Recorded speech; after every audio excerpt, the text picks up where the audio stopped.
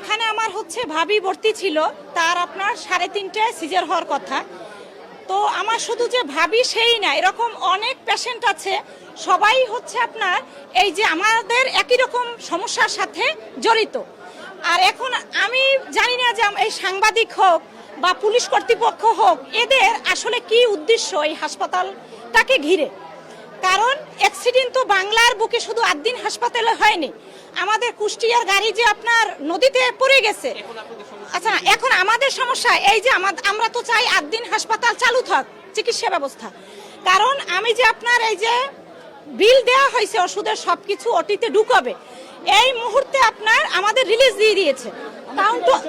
কাউন্টারে আসছি, কাউন্টারে এসে আপনার কোনো লোক নাই। তো আমার এখন মেডিকেলের যে ওষুধের বিল, এটা আমি কার কাছ থেকে নিব?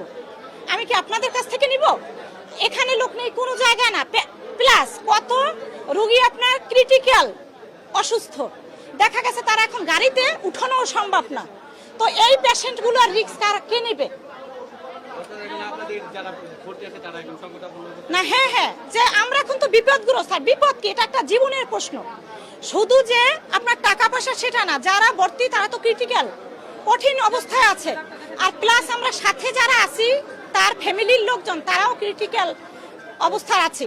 এখন আমরা একটা বাংলাদেশের ভিতরে এমন সুন্দর একটা পরিবেশ পেয়েছি, এখানে এসে গরিব ধনী সবাই আপনার অল্প খরচে আপনার ট্রিটমেন্ট চিকিৎসা পাচ্ছে।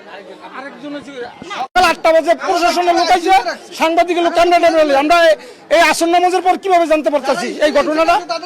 আজ রুগী আমরা কই যাবো? আমার 6.5 বছরের মেয়ে, কোন জায়গায় যাবো আমরা? কত দেখি আমি 2 দিনে আমার 28,000 টাকা বিল হয়েছে। মানে কি আমরা কোন দিকে যাবো? কত দিকে রুগী আমরা কোন দিকে যাবো? আমরা তো ফুল কিনে পাইছি না। মানে আমাকে আপনারা কিভাবে করবো, সাহায্য সুবিধা করবো, কিভাবে হসপিটাল কর্তৃপক্ষে আমাকে দায়িত্ব নিব, এটা আমাকে একটু আপনারা সহযোগিতা করে দেন। এখন এই মুহূর্তে তো কোথাও যাওয়া সম্ভব না, এটার জন্য আমাদের সময় দিতে হবে। যে কোনো বিনিময় হোক আমাদের এখানে সময় দিতে হবে। যেহেতু আমাদের যে বেবি যাদের রয়েছে আইসিইউতে, আমার নিজের বেবি রয়েছে আইসিইউতে, লাইফ সাপোর্ট রয়েছে। তো এই মুহূর্তে কোথায় নিয়ে যাবো, কিভাবে যাবো? এটার জন্য তো আমাদের সময় দিতেই হবে, 5 দিন 7 দিন 10 দিন যে কদিন লাগে। এই সময়টার জন্য বিশেষভাবে অনুরোধ করছেন। সিজার হয়েছে, কিছু বুঝছেন না।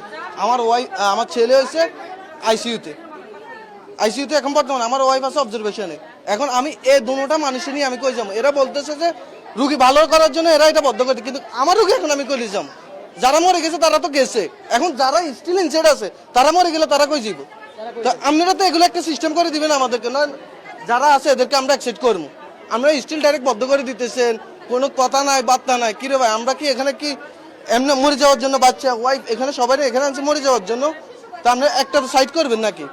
তো এখন বাকিটা আপনাদের উপরে নির্ভর করে বলতেছি ভাই, আপনারা মিডিয়া কর্মী এখানে আসেন, যেটা ভালো হয়, যেটা যেভাবে যেখানে যে পৌঁছায় আপনারা এই জিনিসটা করবেন প্লিজ।